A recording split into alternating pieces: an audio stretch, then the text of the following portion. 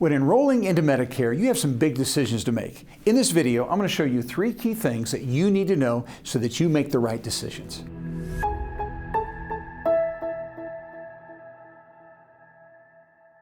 Now, the first decision we have to make is this, as we answer this question: who needs to enroll into Medicare? And that will depend upon your situation. So if you or your spouse are still working, actively working, and you are working and you work for a company that has 20 or more employees in that company, you're not required to do anything at all with Medicare, A or B. And the reason for that is because if you did enroll into Medicare, what's going to happen is the first payer, the one who's going to pay first, is going to be your company plan. The second payer is going to be Medicare. And so what happens is Medicare is really a good first payer, but not so good in the second payer position. So it really would be a waste of money for you, typically, to enroll into A and B if you have a good group plan. Now listen, if you have a company plan that is not very good, meaning you have a high premium, you're paying, let's say, $250, $300 a month for that plan, and you're not happy with the plan, then you may want to drop the company plan and go ahead and enroll in A and B. But if you're covered by a company plan that you like the coverage, the cost is reasonable, maybe your spouse is also on the plan or children on that plan, then again, you don't have to do anything with A and B. The key is, how large is that group? 20 or more employees? You don't have to do anything. Now, there are some people that will hear that, yes, they know they don't have to take Medicare B, but they think they have to take Medicare A. And again, this is something, just misinformation that's all around the Medicare world, and people will be working still, 20 or more in the company, and they will enroll in A only. All right? And the reason some do that is because they've been told that if they don't enroll in A, they're going to be penalized if they don't do it at 65. And that's absolutely not true. And the reason for that is this, folks. If you have 40 quarters, which is 10 years worth of work paid into the Medicare tax system, your Medicare Part A is always going to be free to you. No matter when you take it, there's no penalty whatsoever. And so you do not have to take A only. And the reason this matters is because sometimes people are working in these large group plans, 20 or more, and they enroll into A only, and they don't realize that when they do so, they have to stop contributing to what is called an HSA account. Now, as I talk about HSAs, I'm not talking about health reimbursement arrangements. So what I'm teaching you doesn't apply to that group. And I'm not talking about flexible spending accounts. Again, doesn't apply. I'm talking about HSAs. And here's the rules. If anyone enrolls in A and B or both, either one, and then they can no longer contribute to their HSA. So if you're in a group of 20 or more and you are contributing to the HSA, which is wonderful. Right now you can put in about $3,600, $3,700 a year, plus $1,000 catch-up if you're over 50 years old. And so it's a wonderful tax advantage plan. It's like a healthcare IRA. And so my point is, if you have this group that's 20 or more and you do have an HSA, I would not enroll in Medicare A, and you will not be penalized. Because again, if it's free for you, it's always going to be free, and it's free because of your 40 quarters. All right? And so I wouldn't suggest taking Medicare A if you have the HSA. Now, if you don't have an HSA and don't think you ever will, is it a problem to take A only? No, it's not at all. It's all right to do that, but just remember in this group that A is only going to be in the second payer position. And so when we have A only, the only thing that the A side of Medicare pays in the second position is coinsurance. It will not pay any of your hospital deductibles. It will not pay any hospital copays, only coinsurance. And you may have some of that on your group plan at work. And if you have some coinsurance, then again, Medicare A may participate in that. But don't enroll into it because you think you'll be penalized, because again, that's absolutely not true. So that's first off, as we look at who needs to enroll, those group 20 or more do not need to enroll. All right, now secondly, let's talk about those that are still working, and now we have 19 or fewer employees in that group. Now we're going to have to enroll into Medicare A and B. Have to. Why is that? Because if I'm in a small group plan, that company plan is now the secondary payer.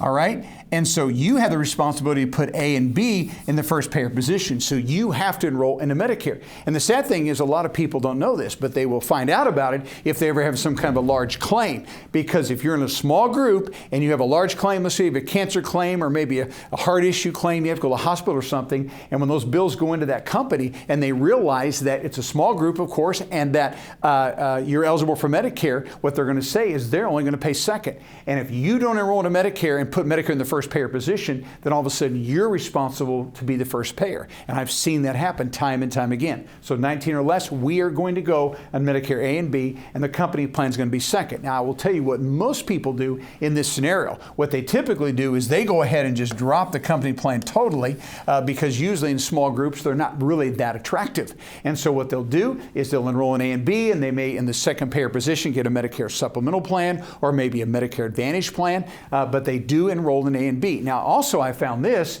if the company really values you, they cannot pay your MedSup plan for you, but they could give you a raise. And so right now that company's probably spending $500 to $1,000 a month in premiums on your behalf. And so you could go to your company and say, I'm willing to go on Medicare, and oftentimes they'll give you a raise. So you may be able to get them to give you a pay raise of $300 or maybe even more for $500, and you can use that pay raise to offset your expenses for your Medicare. They win and you also win, all right? You'll have probably better insurance and at a lower cost to you and also a lower cost for them as well. We see that happen all the time. So 19 or less, we are going to have to enroll in a Medicare to put Medicare in the first payer position. All right, so that's for those that are still working. But for those of you that are no longer working, right? We're no longer working, our spouse is no longer working, we do not have an employer-provided option available, we have to enroll into Medicare, and we must do so at 65. All right, so who needs to enroll? And so if you're no longer working, right now you're probably covered by some type of a retiree plan. You may be covered by an Affordable Care Act plan. Okay, you may be covered by COBRA insurance. But in all these situations, either you have no insurance, retiree ACA plan, COBRA plan, you have to enroll in Medicare at 65. And the reason for that is because up until 65, this retiree plan is the primary payer. And you may have some out-of-pocket expenses, but they pay first. Here, the ACA plan is the primary payer. Here, the COBRA plan is the primary payer. But once you hit 65 in all these scenarios, every one of those types of insurance would only be second. In fact, this one should go away. You're not going to be in an Affordable Care Act plan, but your retiree plan and your COBRA plan, if you decide to keep it beyond 65, and some of you may choose to do that, then they only pay second to Medicare. So you're required to enroll into A and B, and A and B becomes the first payer, and then the second payer will be either your retiree plan, it could be your COBRA plan, it could be supplemental plan. Okay, it could be a variety of things, but again, that's only going to be the secondary payer. Medicare, if you're retired, has to be put in the first payer position. Now, what happens oftentimes is this. We see people that are on COBRA, and they're on COBRA because maybe they retired and the insurance premiums are being paid by their previous employer. And so they try to stretch that COBRA out for as long as they can, and sometimes they keep it too long. And so what happens is if they're on COBRA, the COBRA is only going to pay second, and they don't enroll in Medicare when they should at 65, and they have some kind of a large health claim, and because they didn't enroll in Medicare, COBRA still only pays second once you're eligible for Medicare, and you again become the first payer. And I've seen that time and time again. So it's all right to stay on COBRA for a while, but if you're eligible for Medicare, you've got to enroll into Medicare A and B, put them as the first payer. Now, when it comes to ACA plans, the Affordable Care Act plans, technically you could keep an ACA plan even once you're at Medicare eligibility. But the problem is all the financial subsidies, the cost sharing, the tax subsidies, all those things go away. And so you will pay full price for the ACA plan, which is very expensive. You'll pay the full deductible. You'll pay all the co-pays, all the co-insurance, max out of pocket. You'll pay all those out of pocket. So there's no reason at all that I've ever seen for someone to keep an ACA plan once they're eligible for Medicare. Medicare will be a much better value for you. And the same thing, retiree plans. You can keep the retiree plan. Sometimes they take you beyond Medicare. But at 65, again, they're only going to pay second, and you have to enroll to Medicare to put them in the first payer position. And then lastly, if you are retired from the military, you are eligible for what is called TRICARE insurance. Now, TRICARE gets you to 65, but once you're 65, what happens is TRICARE becomes TRICARE for life. And TRICARE for Life will only pay second to Medicare. So again, you have to be enrolled into Medicare A and B if you have TRICARE for Life, because when those claims come through, they're going to expect Medicare to pay first, and then they will be in the second payer position. So once you enroll into Medicare, you have to supply TRICARE for Life with your Medicare claim number, and they become that secondary payer. Hey, just real quick, we often hear from our viewers that they wish that they would have seen a video earlier because they made a decision that really wasn't in their best interest, or they made a decision without having this information and it cost them financially. And we don't want that to happen to you. We upload 3 times every week, and the only way you're going to know about our new videos is if you subscribe to the channel and hit the bell notification. We're constantly giving away brand new strategies, updates, and comparisons that you don't want to miss. So click the subscribe button below this video right now and turn on notifications so that you never miss another video. All right, so just a quick review. If we're in a group still working, you or your spouse, 20 or more, you don't have to do anything with Medicare. I wouldn't even do Medicare A, especially if you have an HSA. If you do take Medicare A, just no new money into the HSA, and that Medicare A pays second and only pays co-insurance. If you're in a group of 19 or less, again, you have to enroll in Medicare A and B. Most people usually then drop the company plan and may get a raise, and the company would give you a raise, and you can offset some of your insurance expenses. You win and they win, you're probably going to have better insurance at a lower out-of-pocket cost to you as well. Now, if we don't no longer have that work option, and now we're on a retiree plan, AC plan, or a COBRA plan, we absolutely have to start Medicare at 65 because we got to put Medicare in the first payer position, and then you can use retiree plan or that COBRA plan second, or some other kind of insurance. Now that we know who needs to enroll in Medicare, let's discuss this issue of when to enroll in Medicare. So first, let's look at those who have to start Medicare at 65. All right, and we've said anyone that's on a retiree plan, an Affordable Care Act plan, covered by COBRA, on TRICARE for Life, or maybe you're uninsured or you're in a group of 19 or less, and you have to start at 65, you're going to come in under what we call the initial enrollment period. So anyone starting at 65 is going to use this enrollment period. And so this enrollment period only lasts, though, for 7 months. And so let's just say someone's birthday is July 15th, 1958. And they're going to turn 65 during the month of July. Their initial enrollment period, which only lasts 7 months, would be this. It's the month of your 65th birth month. Okay, it doesn't matter what day you're born in that, unless you're born on the first day, then you move this to the month prior. But if I'm born the 15th, I'm eligible for Medicare A and B on July 1. So I have 7 months to enroll in a Medicare. That's 3 months before I turn 65, and then 3 months after. And if I have to start at 65, this 7-month window is the time I have to do it. And what's important to note about this is this: the month that you select to enroll will determine the month they're going to start your coverage. So here's what happens. So we have June, we have May, we have April, we have August, we have September, and we have October. And so I have 7 months, and only 7 months, at 65. So if I enroll the 3 months before my 65th birth month, my Medicare will start 7/1/2023. But if I delay it for whatever reason, maybe confusion, procrastination, or you do it on purpose, if I enroll into Medicare A and B during the month of July, they will actually start my coverage in August. If I enroll in August, they start me in September. In September, they'll start me in October. And then if I enroll in October, they're going to start me in November. But that's the last month that I'll be able to enroll without any penalties, without any problems whatsoever, if it would be my 3rd month of my after my birth month, okay? But you can see what's happened. Now they're going to delay that coverage until the following month. This is called the initial enrollment period. And again, if you have to start at 65, this is when you have to do it. Now, if you're on Social Security, you'll be automatically enrolled in a Medicare course, and they're using the initial enrollment period for you to do that. So that's those of you that are going to start at 65, we must do it during that 7-month window. The month you enroll will determine when they start your coverage. Now, is everyone going to start Medicare at 65? The answer to that is no. If you or your spouse are working, covered by an employer-provided plan that you like, remember 20 employees or more in that group, you don't have to take Medicare yet. And so there will be plenty of people that are going to put off taking Medicare, and they're going to stay on the group plan. But let's suppose now we're saying we're going to retire, and let's say we're 67, we're 68 years old, whatever, but you're beyond 65, and now you're ready to retire, you're going to get off the group plan, and now you're going to be ready to enroll into Medicare. Your IEP, remember, how long did that last? 7 months. And that's for anyone that has to start at 65. But now we're saying we're 67, 68, 72, 79 years old, and now we're going to come into Medicare. Well, we can't use this enrollment period. That is long gone. So the government gives us another enrollment period that is called the SEP. And this just simply stands for the Special Enrollment Period. And this is for anyone that is starting beyond 65 and 4 months old. They have to use the Special Enrollment Period. And the key to this is what they have to do is they have to follow a different process. And the key to this is that we have to prove credible coverage. Prove credible coverage.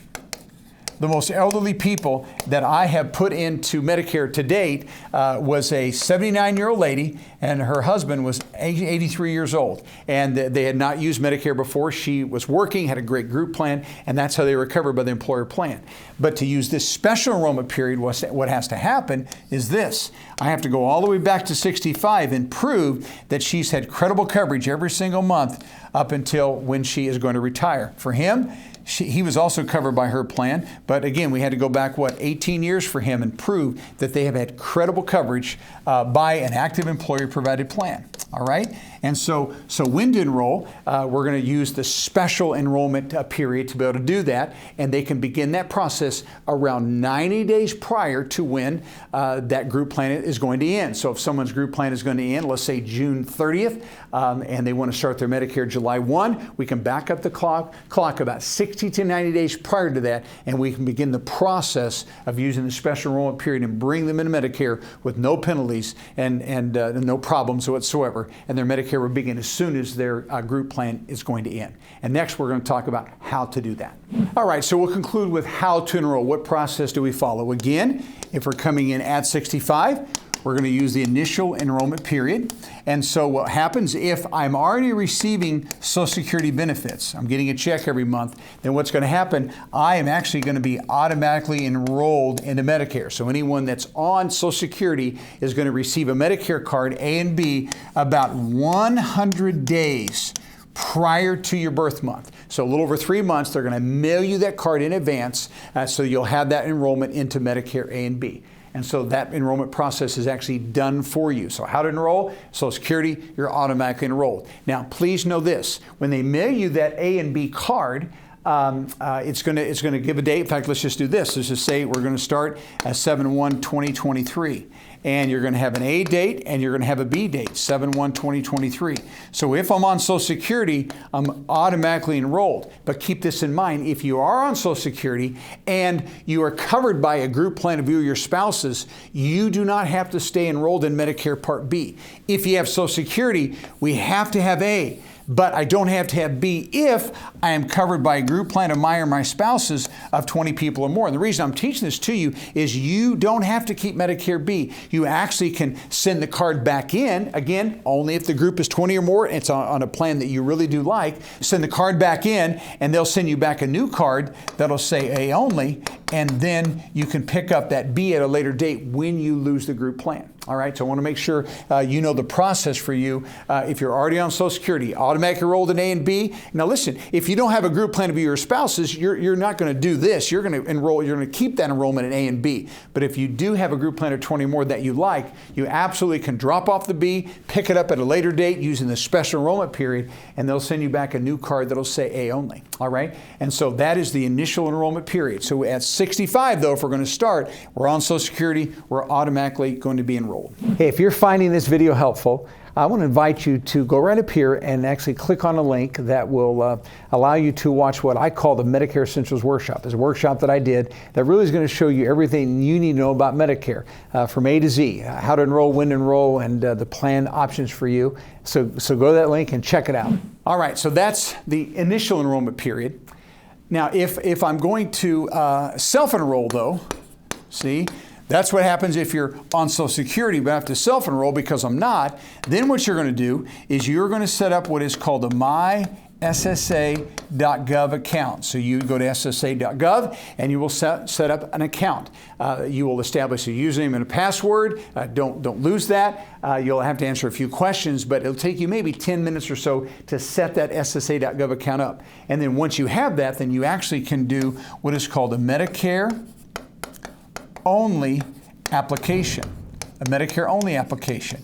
And you can do all this online. It will probably take you 5 or 7 minutes to do that. And by the way, if you work with our company, we'll do all this for you or with you if you'd like. But the point is, once we have the SSA.gov account, we can enroll into Medicare with an application. And again, it'll take you maybe 5 to 7 minutes to be able to complete that process. Okay? And if I'm on Social Security, automatically enrolled. If I'm not on Social Security and I'm going to have to self-enroll, then that's the process that I'm going to follow. And so once I've done the enrollment, then they'll mail me the card. It usually takes them about a month or so to mail me my A and B card. All right, so that's for those of you that are going to start at any age. You're not on Social Security, you're going to have to self-enroll. All right, now let's talk about those that have to self-enroll. And back to my illustration, they're 67, 68, or whatever, much older than that.